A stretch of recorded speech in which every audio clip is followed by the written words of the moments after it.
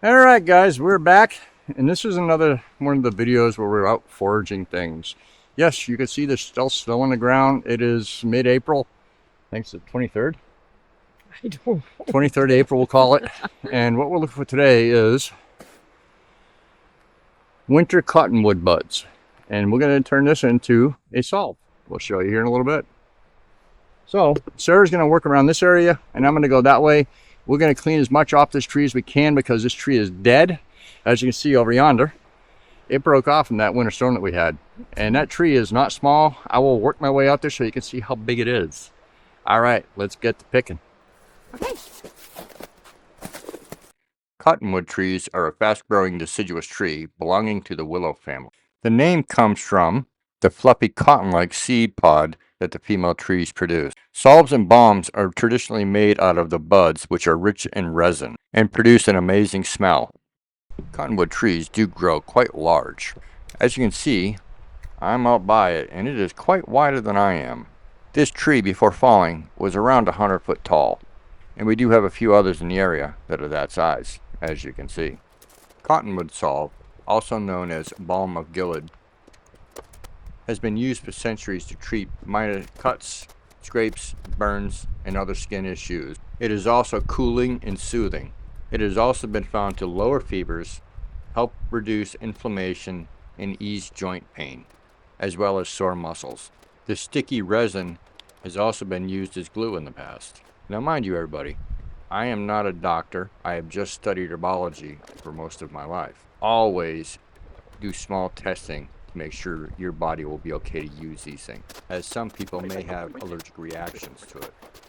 Also do some research into whether it will have adverse effects on any medications that you may currently be taking. Oh yeah, it smells so good over here. Yeah. Okay, so you see how these little pieces come out here, right here, and then it's nubby behind it. That's how these branches are formed. You can see the distance here as they're growing. And that's pretty much how it's done. Let's clean this guy off. See? Look at that right there. Ah.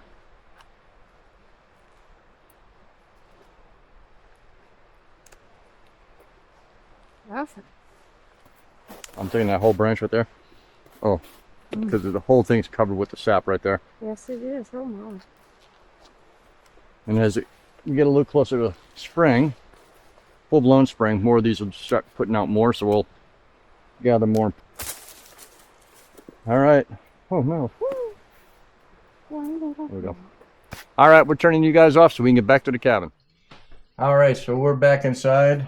Sarah's going to stay out of this part of it. She's over there playing Sudoku. And I actually am going to go through these buds. I'm going to squish them up a little bit and get them into the oil. It is extremely sticky. A lot of resin in these.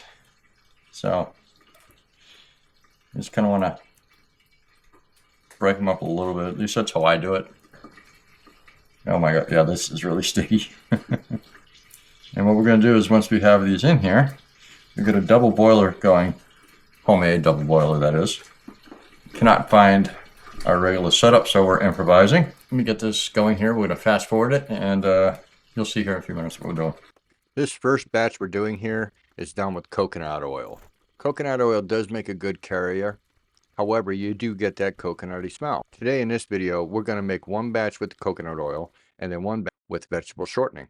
Each batch will go on to the double boiler for about an hour or two to help get it simmering and the oils extracting out of the buds.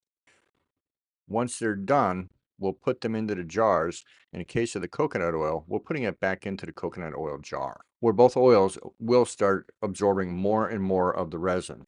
In the future, I intend to make oil as well as try to make a hydrosol out of the buds, as the smell is quite pleasant. I'm going to stop right there until I know I've got how much I've got. Can you do me a big favor? Give me a spatula. We'll make a batch with this, then maybe we'll make another batch with some vegetable lard. Okay. So I can see if there's a difference with the smells and stuff.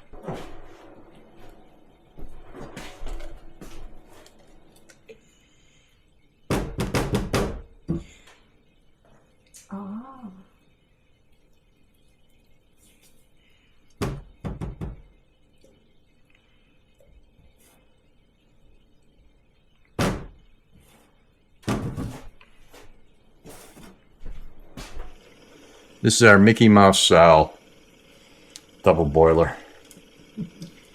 2 Revere pans that are the same size.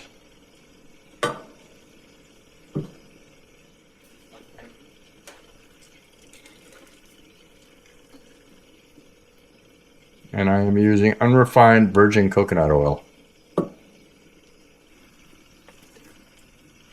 I think we'll just put it right back into this jar.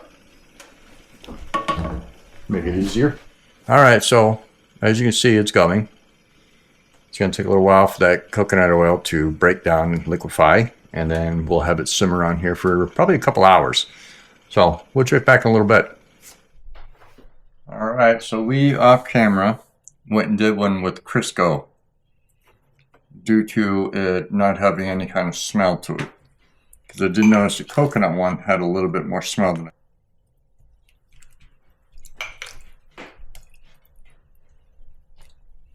So we're just going to put these in these jars for a little while, let them store like this, and then we're going to take them out in a couple weeks and strain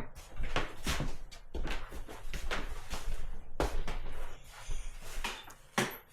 And we did put this on the stove to really get it cooking, to help extract the oils out.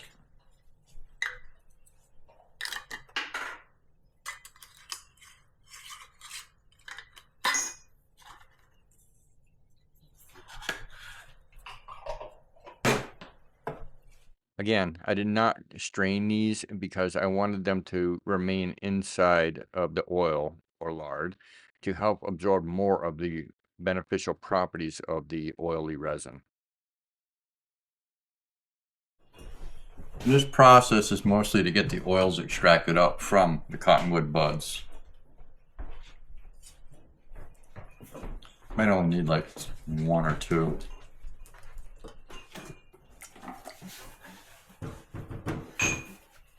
If there's a lot of juice left over, I'll just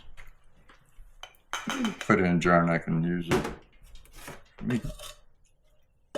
We're just gonna, yeah, give me 1 more.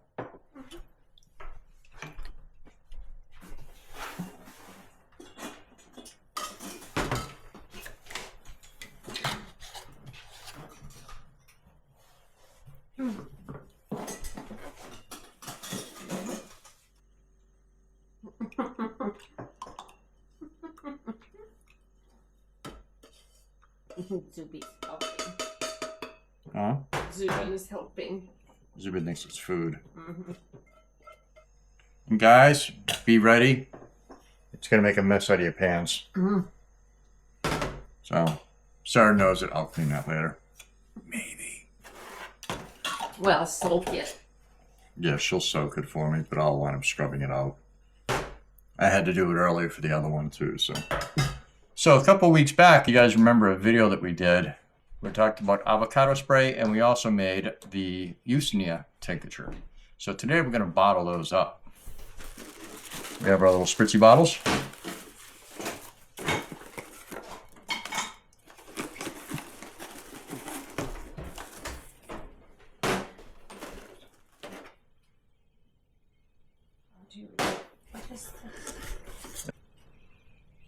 We're back. We've sterilized all of our jugs, and we're going to start putting the liquid in.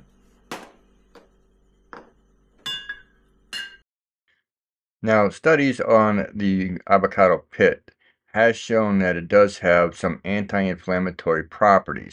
However, no studies have been performed to find out for sure if it will help with pain. For me, this is going to be an experiment to see if it will help with any pains and aches that I have. A number of YouTubers and TikTokers have all claimed that it will help with pain. So, this is going to be my trial to find out if that is true or not.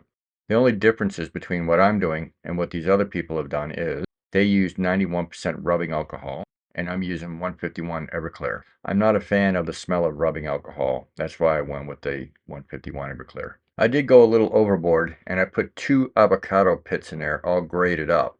So, it should be pretty potent, and we'll see if it works. I'll get back to you at a later date and let you know for sure. Now, this is a topical solution, or topical tincture. So do not try to drink this. It is not meant to be drank. It is for external use only. And like I said before, Try things on your body in small doses first to see if you have any adverse effects from it. This is a risk you have to take yourself. I'm not responsible for anything that you do. Just remember that.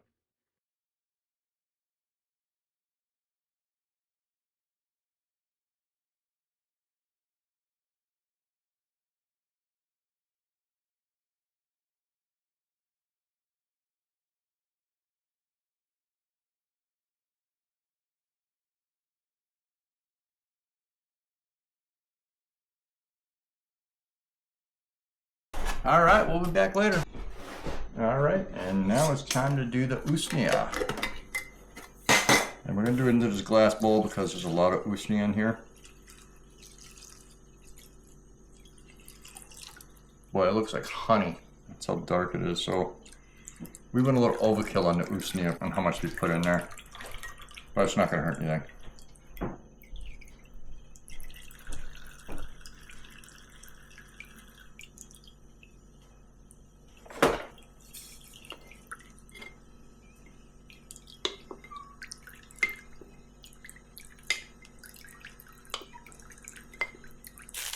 Alright, so we got these little containers from Adam and Phyllis for this project, so they're going to be getting some that comes with little bitty funnels.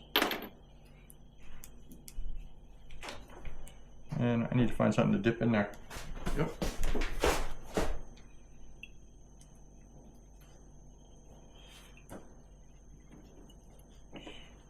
And guess what? That ain't going to work. That funnel's too small. We'll be here all month. That's a funnel.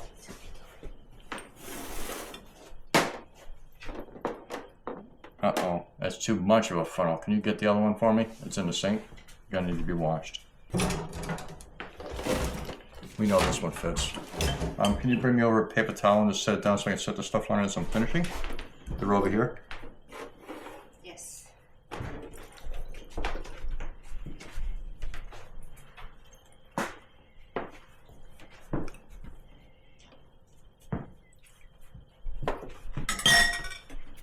And this stuff is used with an eyedropper.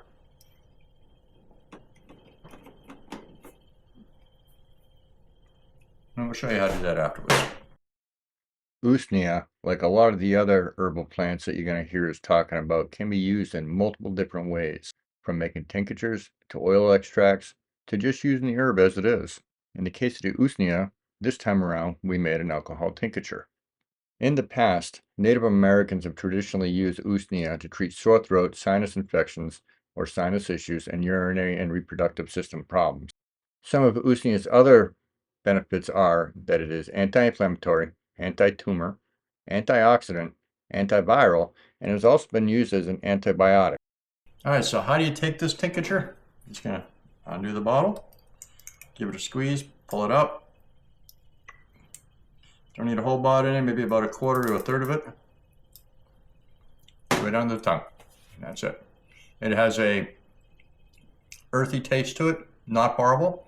Get a little bit of bite from the alcohol because it is an alcohol tincture. On that, pretty good. That was me. And we'll give you a list of what this can and can't do for you. Again, I cannot stress enough, make sure you do your own research and homework on what to use different herbs for. And keep in mind, some states don't allow herbology. Yes, you heard that right. Also, research the plant in multiple locations, not just from one source. Yeah, I'm going to take a little bit of this out. That's really all you need. Not a lot. Put a little on this finger because I got an alley. And the rest I'm going to kind of rub into my hands. And I'm going to work it into that alley. Let it sit there. And because this is made with vegetable shortening, I will wipe my hands down here a little bit after a little bit soak in.